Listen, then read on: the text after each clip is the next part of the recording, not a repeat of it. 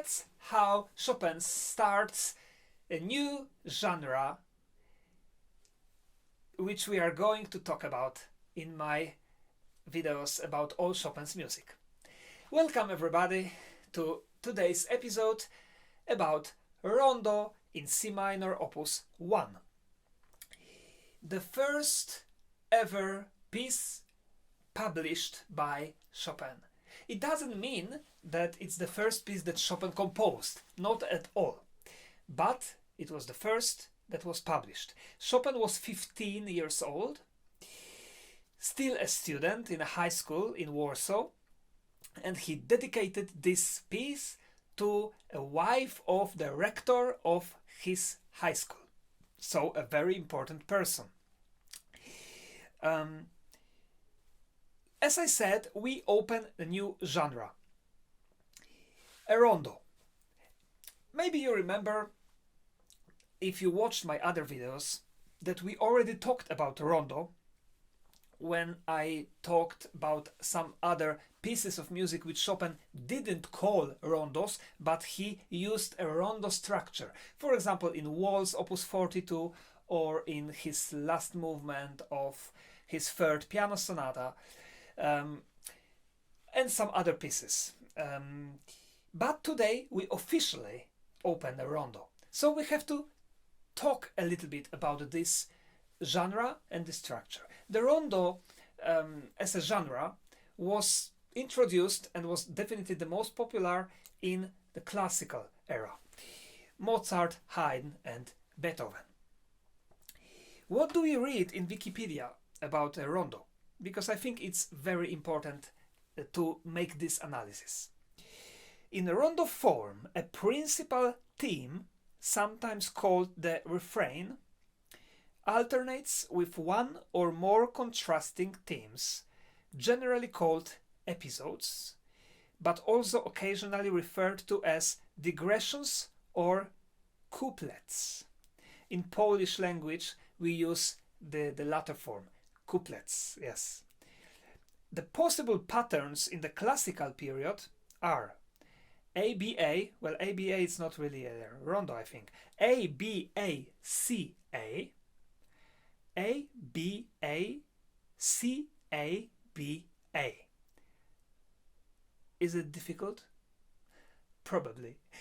So, as far as I can see here, in classical period, we had two possibilities.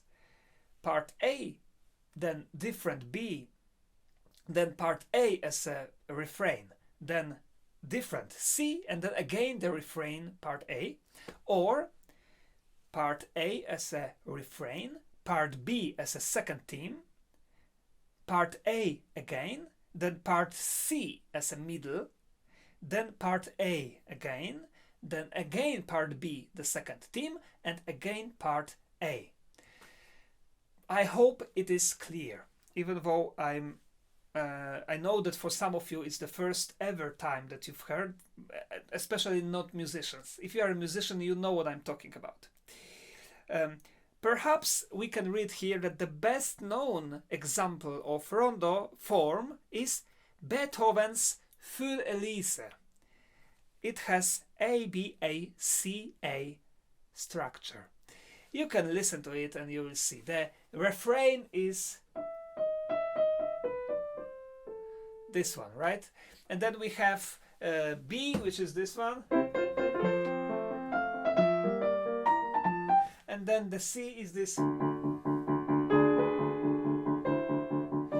The third one. But every time part A comes back. So this is the rondo. And Chopin knew rondo, of course, because he studied pieces by Mozart, by Hummel. He didn't really study Beethoven when he was very young, but Mozart especially. So now the question, why rondo as opus 1? Definitely Chopin must have been proud of this piece that he decided to publish it, because it was published in Warsaw in 1825. In June, I think, exactly, but this is not that important. we don't know exactly, but for 99%, I think that this was simply a task to do at school. I think that Chopin's professor, Elsner was his name, told him to compose a rondo. Because, you know, rondo structure, as you could see, is very strict. So it's perfect theme to improve the compositional skills of a composer.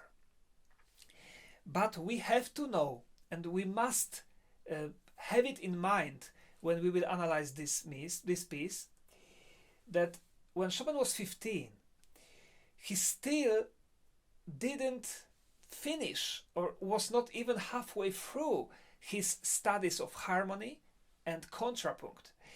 He was the beginner. So all he used was his intuition, was his genius. And I really beg you to watch this episode and to look at this piece in that way. Generally speaking, talking about myself, my first impression of this rondo was rather bad. When I've heard it a few times, and of course, comparing to other pieces, I thought, oh my god, this is so strange, so simple, so not sophisticated, not really very, very nice, and Chopin is repeating the same notes many times, the same chords. I didn't like it. But then I found a recording of Lilia Silberstein, which I strongly recommend everybody to listen to. If you know some other great recordings of this piece, please write down in the comment and I will gladly listen to them. But Lilia Silberstein stole my heart.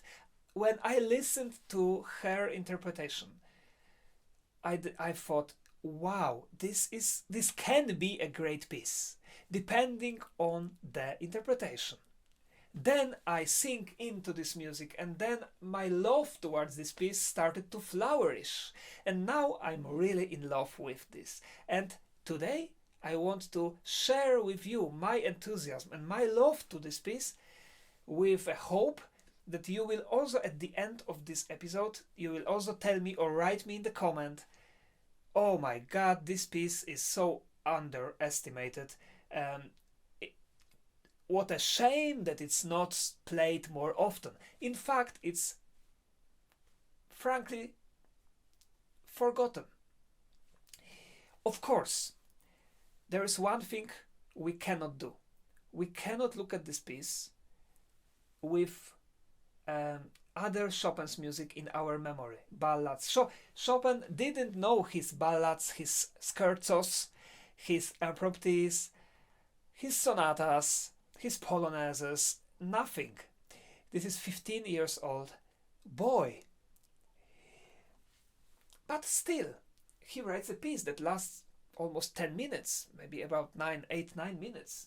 And he, using his intuition and knowing many rondos from the past, he is constructing his own version of rondo. This is very important. And today, also, we will see and experience a fantastic moment that 15 years old boy decides not to copy Mozart, Beethoven or others, but to write rondo, but in his own version and form.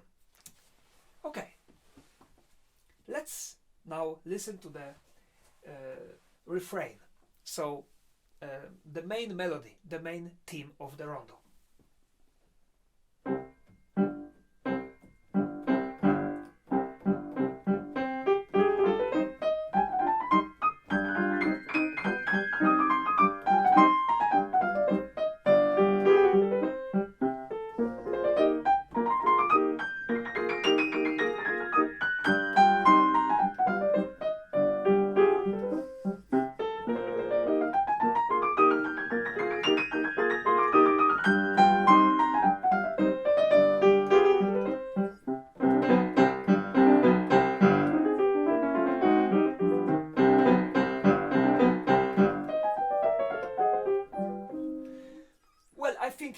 we can say it ended. And then it starts something else.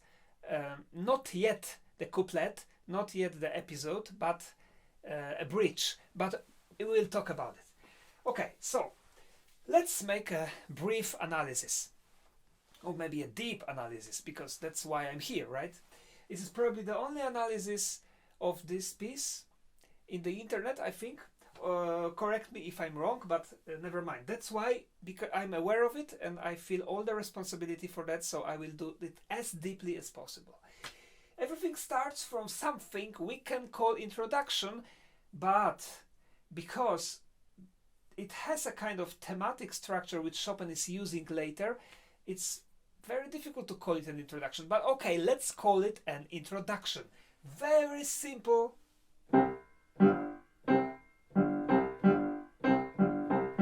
Very simple. 2 notes only. This is the fourth, right? And it's very funny because we have only 2 notes, but it seems like Chopin cannot decide which of this note is more important. The upper or lower, or upper or lower, maybe upper, maybe lower, maybe upper, lower, upper, or maybe lower, upper, lower. We don't know, but he repeats it 1, 2, 3, 4, 5, 6, 7, 8, 9, 10, 11 times. So definitely he is writing this on purpose. And my friends, I found this purpose. Throughout the piece, Chopin is using this fourth in every theme that he is constructing. And themes, we have quite a lot of themes here in this rondo. Fantastic. And of course, it's made on purpose. After this introduction, we have the question, what is this?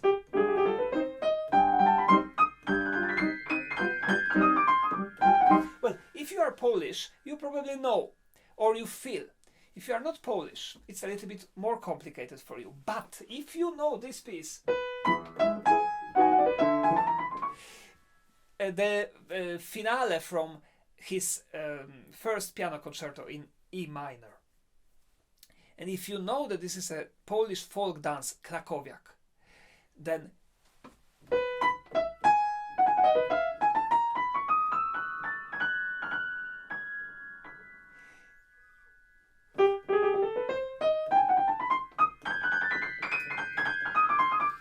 in this theme, we can already feel that this same composer will later, 5 years later, writes this.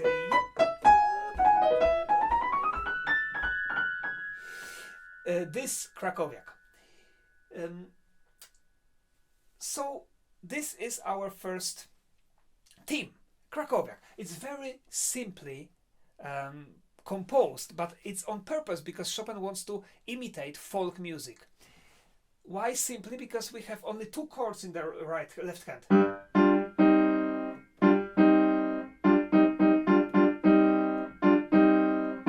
All the time, right? And the theme starts from G and goes to C. So it's built on the 4th. So the same notes. I show you what I exactly mean. We have this. And if in the middle between those notes I will add some extra notes, we will have the Krakowiak theme. Listen.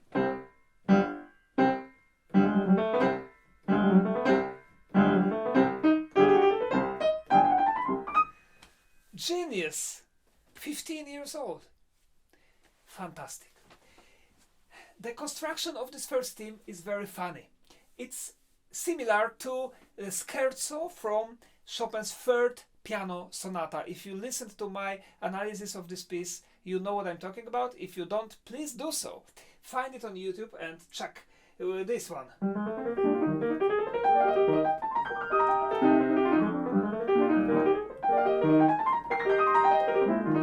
Of course, you know the piece. And now, how it is constructed. The first motif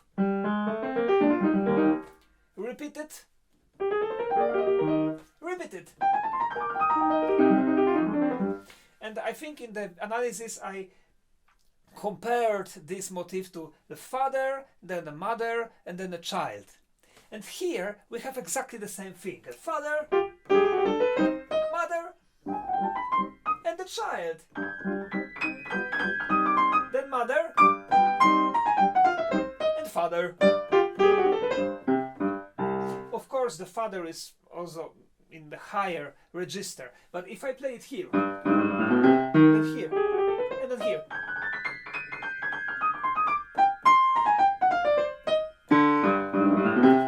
then you can hear it. I love to think that way because it's just so funny. And this piece is funny. Is constructed this way. So this is the first theme. You could probably hear that after this Krakowiak part we have some kind of dialogue. Dialogue between loud and silent. This dialogue is very important. So let's do the close-up. We have... does it remind you something? Of course, the beginning. Yes, this is the motif from the introduction. And there is the answer. In piano. And then again. Sorry, here. And so this was the last part of, let's call it the main melody, the main theme, part A, the first theme. Then we have a bridge. So the bridge which will connect part A with part B, and part B will be the second theme. Let's listen to the bridge in its entirety. And let's focus before I play. Try to listen very carefully. I know it's very difficult, so don't worry if you can't catch it, no problem. But try to answer the question, how it is constructed. In which way it is constructed? Do we have some musical periods or something else? What kind of material Chopin is using? Okay.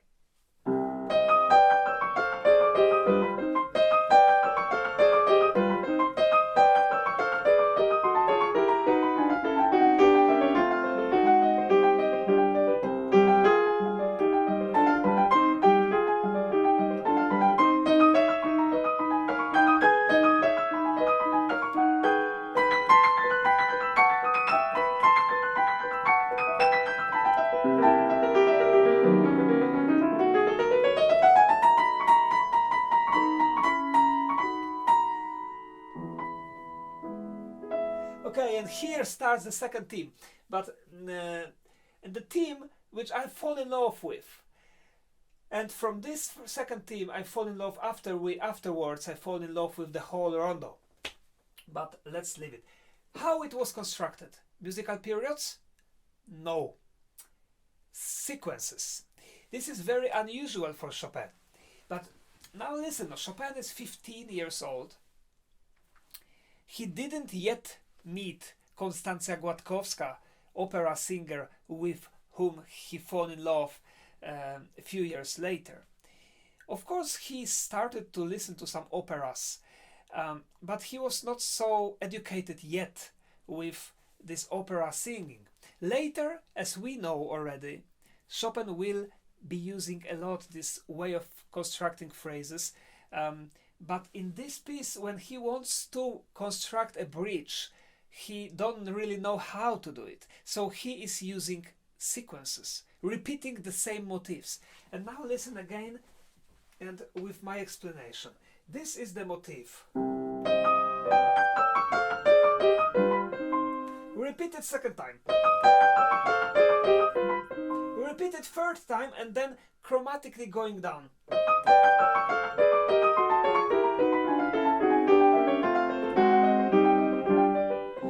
The same motif, repeat it. Again. Again.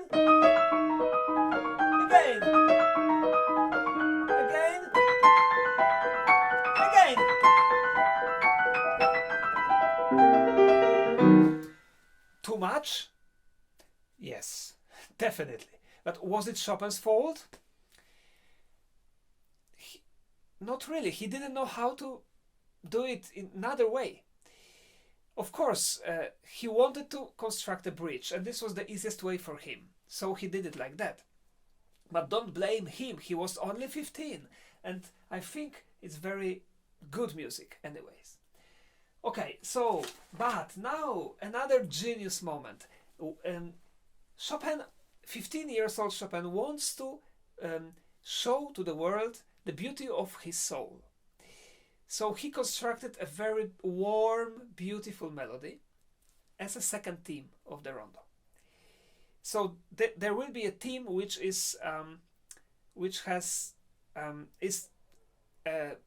contrast. I mean, it's contrasting to the first theme. It's completely different, like in the sonata.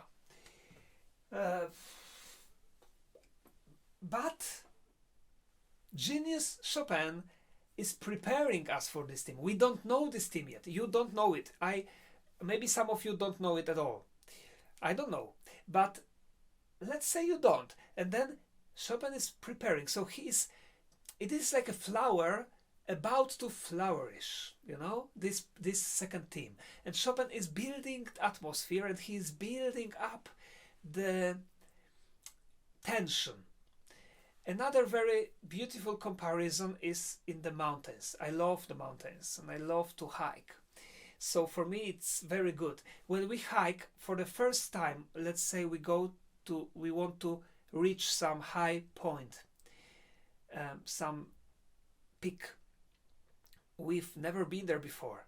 And we go and we are very close, and we very close, and we are excited. What will we see when we reach this high point? And this is exactly this. Listen, this we climb here.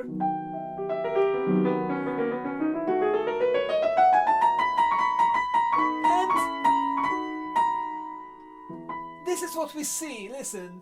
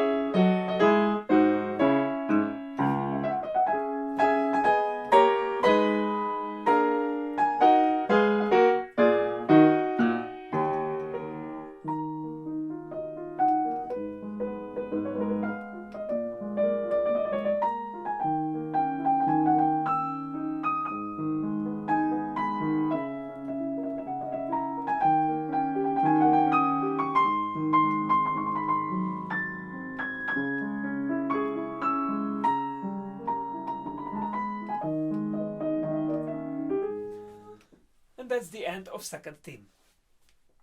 If you heard carefully, you immediately can tell me that this was an ABA structure, ABA prime structure. The character of this theme is, well, a little march, because the left hand, and we have this dotted rhythm, this ram pam pa pam.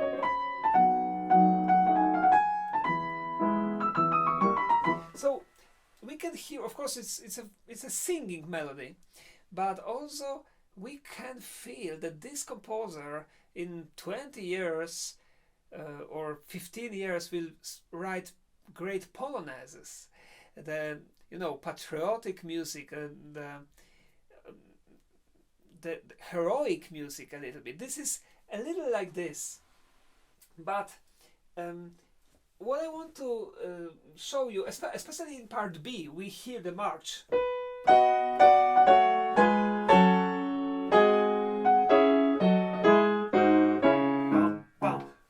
Somebody is marching. Here, the contrast to the first theme is fundamental. as you remember, in the first theme, we had only 2 chords. Here Chopin is using a lot chords, and he shows us that he actually has a great harmonic knowledge and intuition. First chord, second, third, and first again, and different, and again.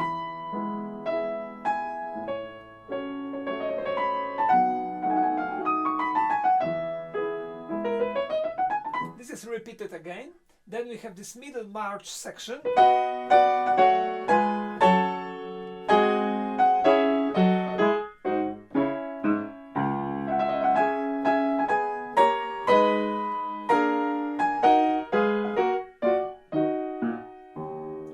And then part A comes back. But here, another absolutely fantastic moment.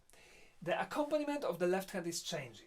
Of course, the key is different, but the accompaniment, listen to the accompaniment, and please tell me, maybe I'm wrong, but for me this accompaniment sounds like movie music of 20th and 21st century. And here we have 15 years old Chopin. Only the accompaniment, and what a treasure it is. Listen.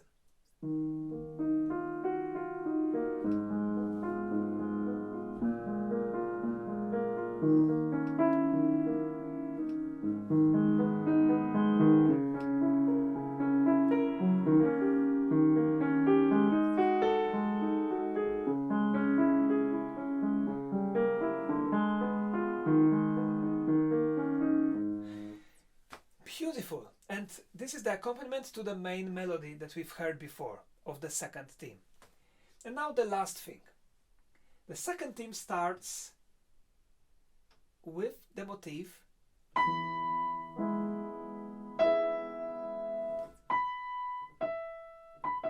This is the 5th. So it's not the 4th, you will tell me. So it has nothing to do with the 4th from the beginning.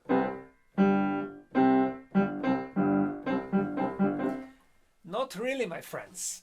If you are a musician, you know. If you are not a musician, I will tell you that if we take the 4th, like these 2 notes, if we take the 4th, let's say, I don't know, let's say this is the 4th. This is the 4th. We take the 4th, and then, so we see the 4th, I look at it, and then when we turn it upside down, yes, this is Chopin. But when we turn the 4th upside down, so I mean we take the lower note up, we have the 5th. And Chopin knew it. So, did he do it on purpose? Absolutely yes. And I have one more proof later on. So I'm talking about it just to show you that this rondo, although considered not the greatest piece of Chopin, but it's not a bad piece and is very, how to say, I mean, it's very well constructed, if you know what I mean. The motivic material is same, and considering that Chopin was only 15, I'm proud of him, definitely. So, how, with this movie music accompaniment, how the melody sounds? It's not a march anymore. Here we hear the Chopin as a future nocturnes composer. With this character, he will compose his beautiful nocturnes later on. Let's listen.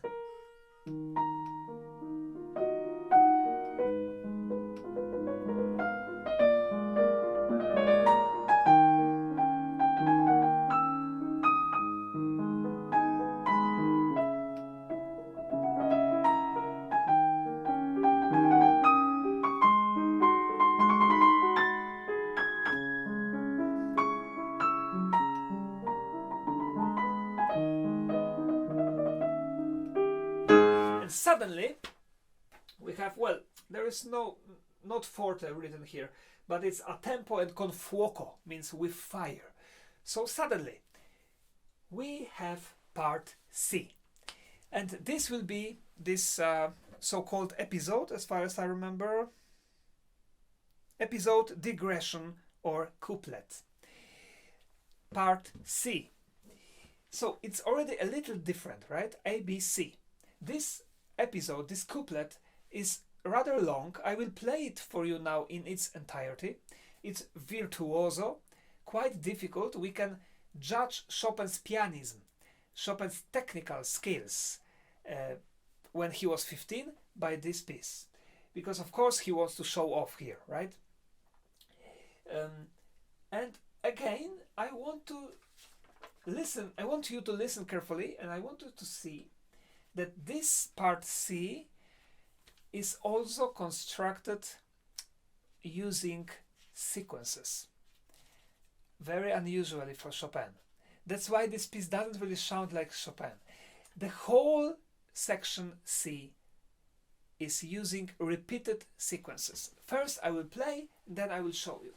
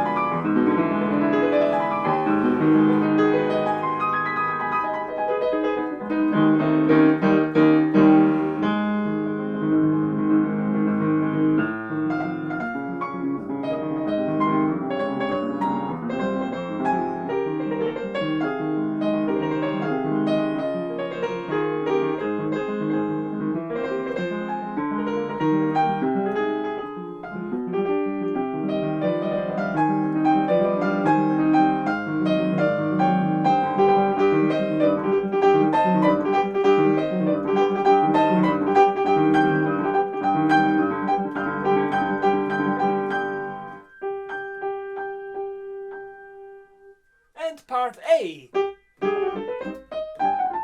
Krakowiak. Again, now we finally know that it might be a rondo. Okay, very long, but as I said, sequences, sequences, sequences all the time. Another proof of my words that Chopin, I mean, this was his only way of composing this kind of music. I mean, these parts, which didn't have thematic material. At that time when he was 15. Did you hear these sequences? If you didn't, let's listen again together. And I will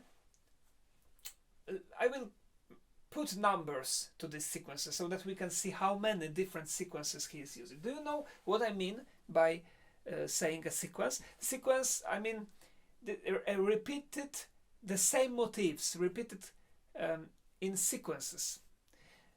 So like motif number 1, number 2, again number 1, number 2, then number 3, number 4, and so on.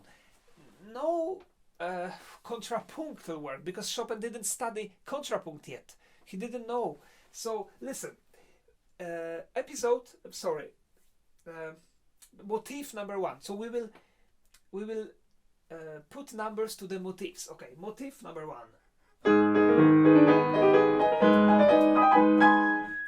It's almost like a horse riding. Yam patatam patatam patatam patatam patatam. Right? To this we have motif number 2, which answers, and it has like jumps in the left hand.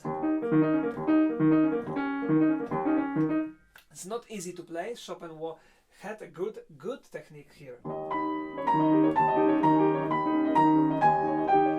And again, motif number 1 and number 2. Number 3, motif number 3. Repeat it. Repeat it.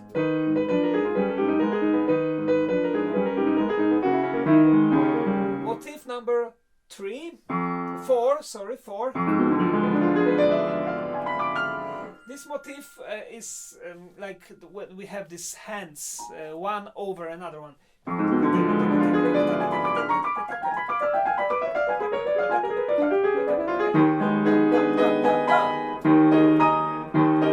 And again, motif number 3.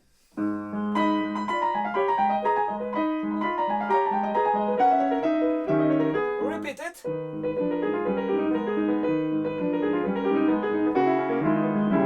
Motif number 4.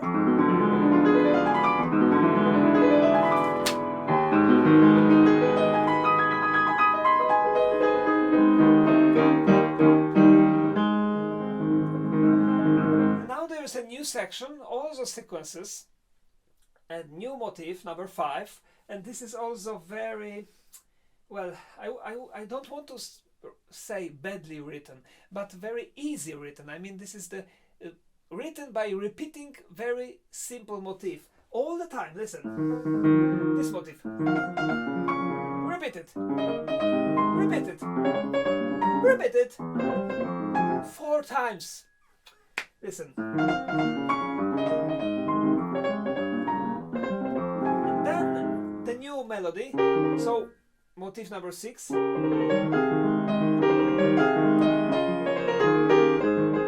And repeated the whole sequence.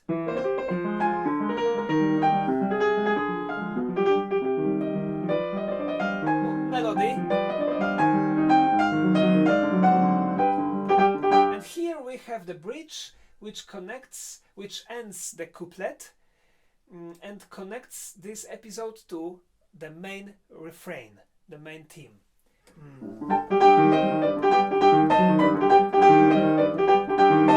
And again, can you hear? It is repeated all the time, the same structure.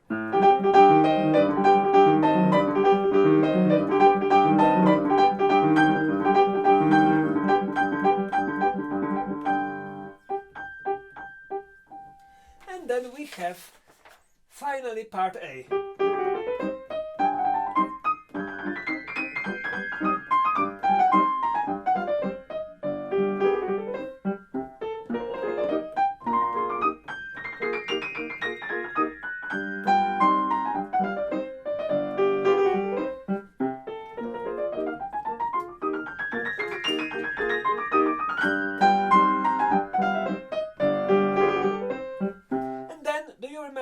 We had the dialogue. This dialogue.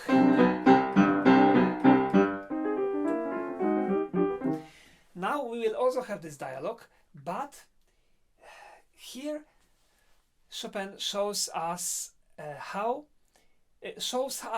his skills as a composer.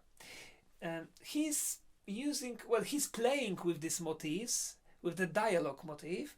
He's changing it, he's making modulation. So he's changing the key, changed the musical world, and finally he brings us to part D, the heart of the rondo. A very beautiful part, the heart, the center of the whole piece, the most important part. But first, let's listen to how he is playing with this dialogue. Mind you that, as you remember, this was very loud and big and powerful. And this was like begging for mercy, let's say, very, very weak. Throughout this sequence that we will have now, it will change. So please listen that this powerful motif will become very weak, and this very weak motif will become very strong later on. Let's listen to this. It's a fantastically written moment. Okay.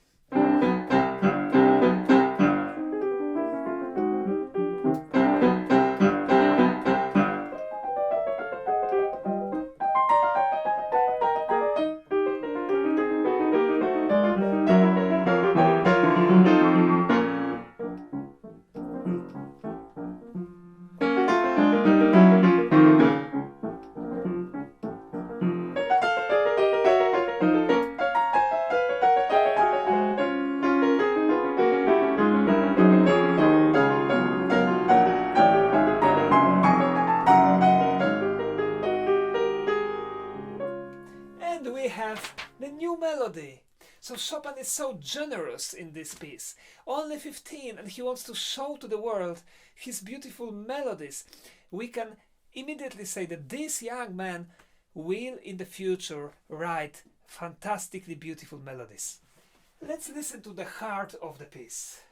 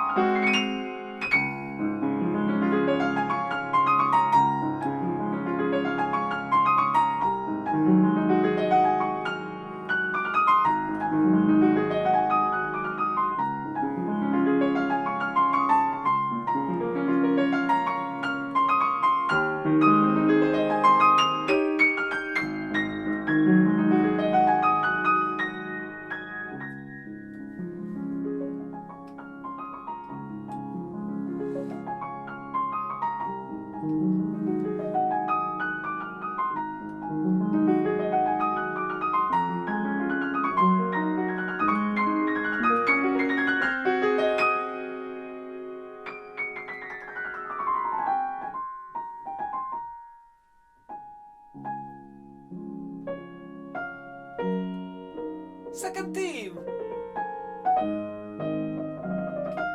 Unbelievable. So unpredictable. If you listen to it for the first time, definitely you must be lost. But of course you are happy to hear the second theme, but you think, but wait, why? How? I mean, what is this?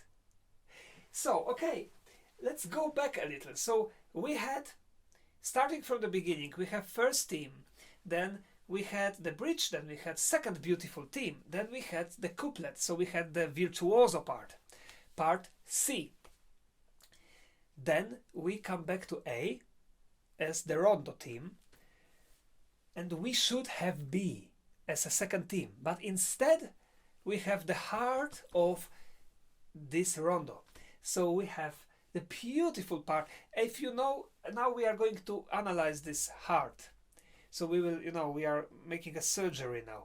We cut, we open the Rondo, we open the heart, we take it in our hands and we look at this, how it is built, this heart, fantastically, my friends.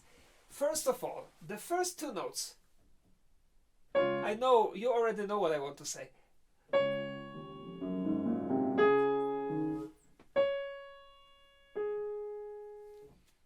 This is the fourth. Coincidence?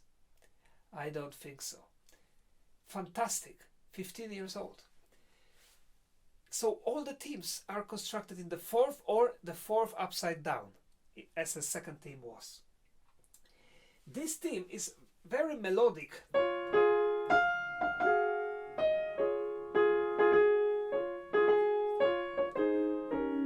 But what is very special in this theme is the accompaniment. Chopin is using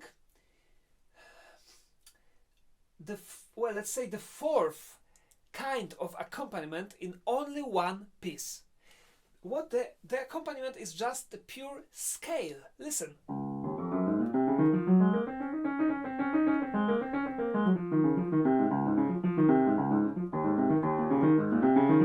So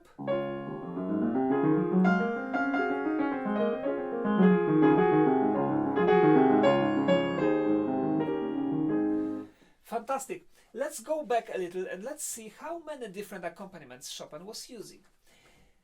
In the first, he simply used the chords.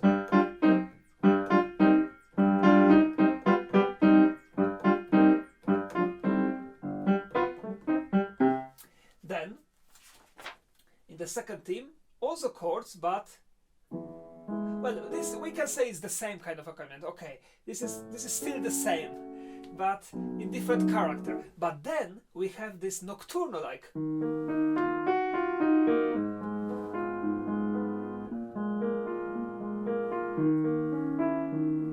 Right? This is the second. And then the third is this one that we are talking now, the scale.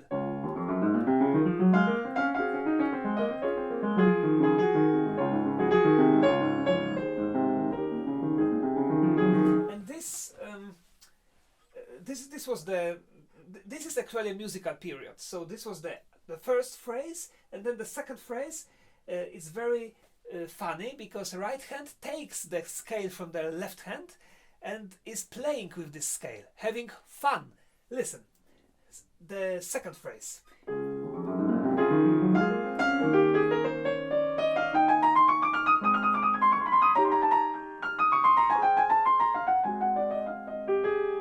And everything is repeated.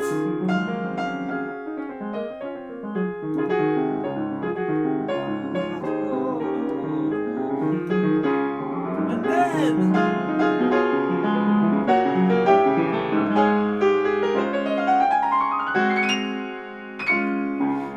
Chopin is reaching the top, the highest point on his keyboard, is exploding, and then we have probably the most beautiful part of this rondo, something that reminds us a little of, at least for me, it is like Chopin takes his heart and just opens all his soul and shows us, look what I have inside. The whole beauty that I have inside, I want to show you. There are no control. How it is constructed, this second part of this section? We have the virtuoso like passages going up.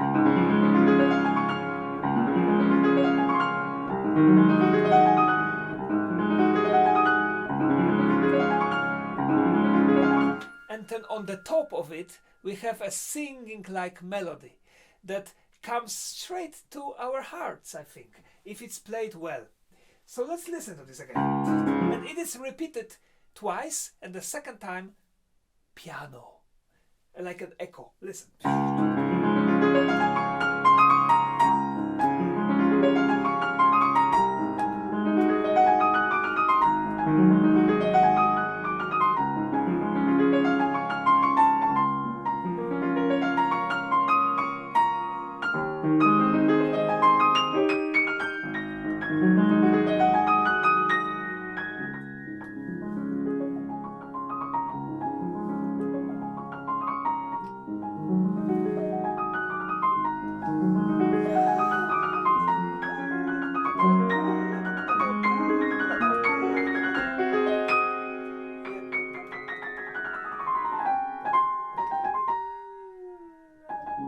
Second theme. So this is something fascinating, right? We have part D, the middle section, and then we have part B. So the second theme. So Chopin is playing with us, because when we hear this second part, our subconscious is getting a little sad, because we think, well, maybe there will be no second theme anymore because it's a rondo. So it was like, A, B, A, C, then this, maybe we will not have. And then it comes in a different key, but exactly the same like at the beginning. And after, we will not have any couplets anymore, not any episodes. We simply have part A, Krakowiak, Polish national folk dance, and this dialogue that we had, you remember of course very well, is ending the piece.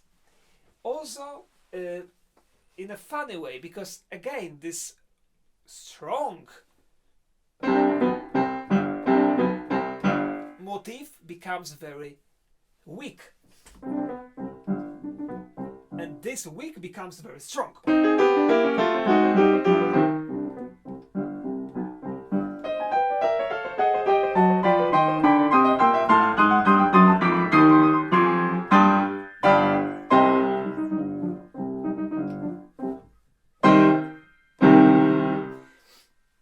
The end is very nice because it's a little strange that at the very end we have a little piano, right? We feel it's the over. It's over. It's over. We have it almost like, and it could be over, but Chopin adds something. This.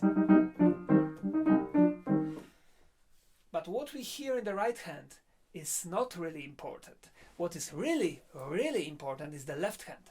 Listen what the left hand has here.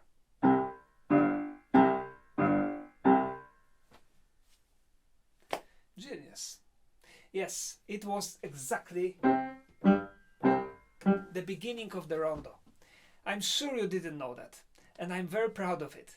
I'm proud that I discovered it, and I'm proud that I found it, and now I'm very happy that I can show it to you, and I do hope that you will go to the world of music and you will tell other pianists, musicians, that this piece of 15 years old Chopin is not a bad piece. It's a piece of young genius, and he really tried to make it a unity, using the same motifs, especially here when he ends the Rondo with the same motif that he started. This is really amazing, in my opinion. Unfortunately, the piece is not played so often, so now I play it for you in its entirety, so that there is on the internet one more recording, because I think there are not enough. But maybe while playing I will also be naming these letters, because so that we know exactly where we are, you know. I think it will be easier. So yeah, I don't need the score this time, so let's listen to this beautiful piece.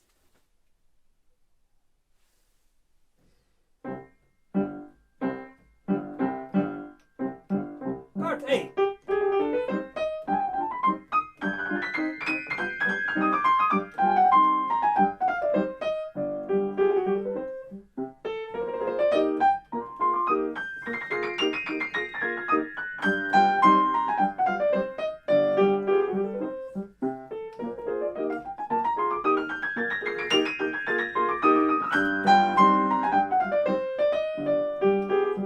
Dialogue.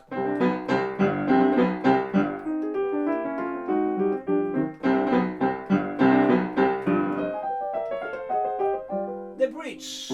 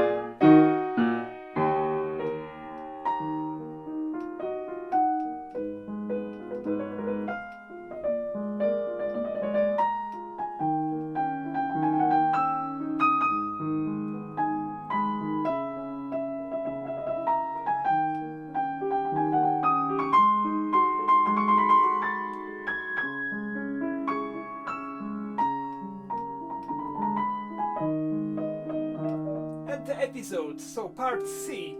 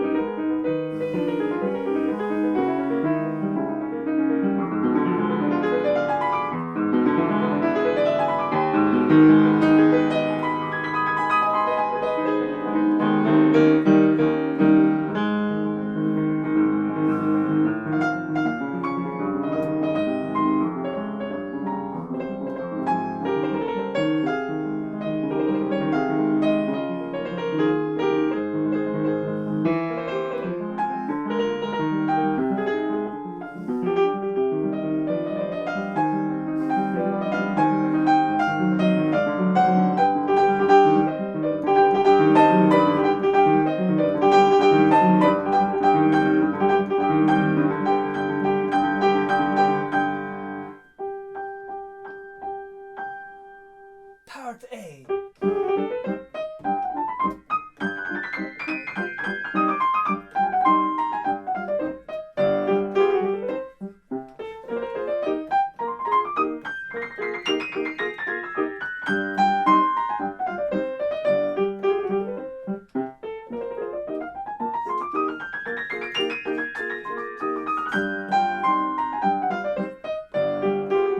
And the dialogue.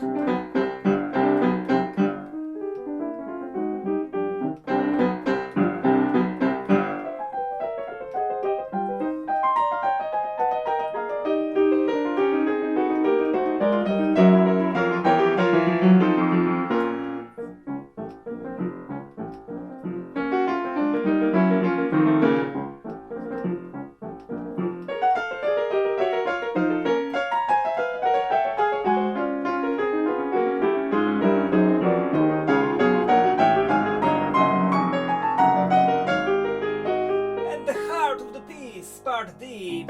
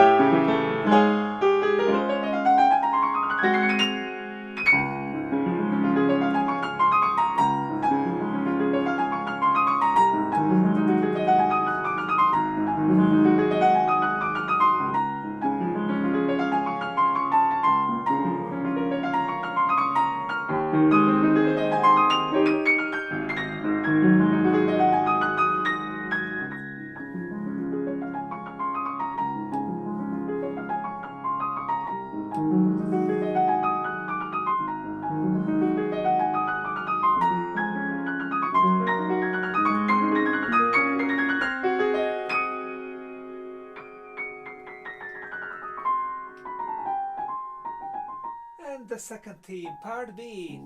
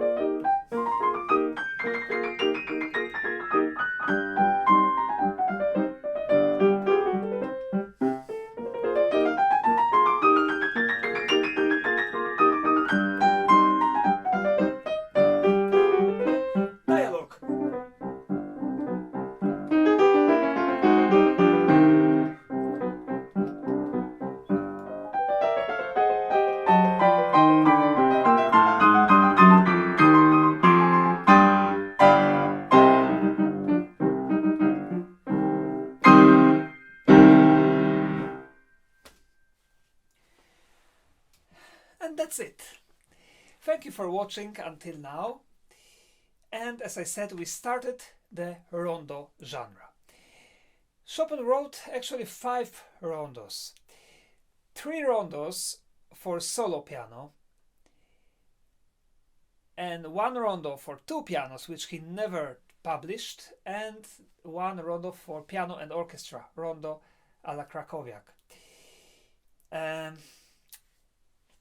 But next week we are going to talk about Rondo in E flat major, opus 16. So for the time being we skip Rondo alla Mazur, opus 5. So sorry to say, but I have to admit to some mistake that I made when I 1 year ago, when I was preparing this whole project, I had to make the schedule. And the project, well, to put all the Chopin's pieces in 1 year, it was impossible to do absolutely all the piano pieces by Chopin. So I decided to only make pieces that were published during Chopin's life and for piano solo. And I have to admit, I was 100% sure that Rondo alla Mazur, opus 5 was written for piano and orchestra. So I didn't put it in this project, in the schedule. And just like, I don't know, like a few weeks ago, I found, oh my God, this is not written for piano and orchestra. So I have to make analysis also. But of course, I will. But the thing is that first I have to finish all the 24 etudes. Then probably make also Allegro de concert, and then I can focus also on this Rondo opus 5. So I promise you I will do it, but next week we will have Rondo in E flat major, opus 16. In my opinion, one of the most difficult pieces by Chopin to play, especially to play in public. Pianistically difficult, but also very funny. Please stay with me and share my videos to the world if you can, and we'll see each other again in my next analysis. Thank you. Bye bye.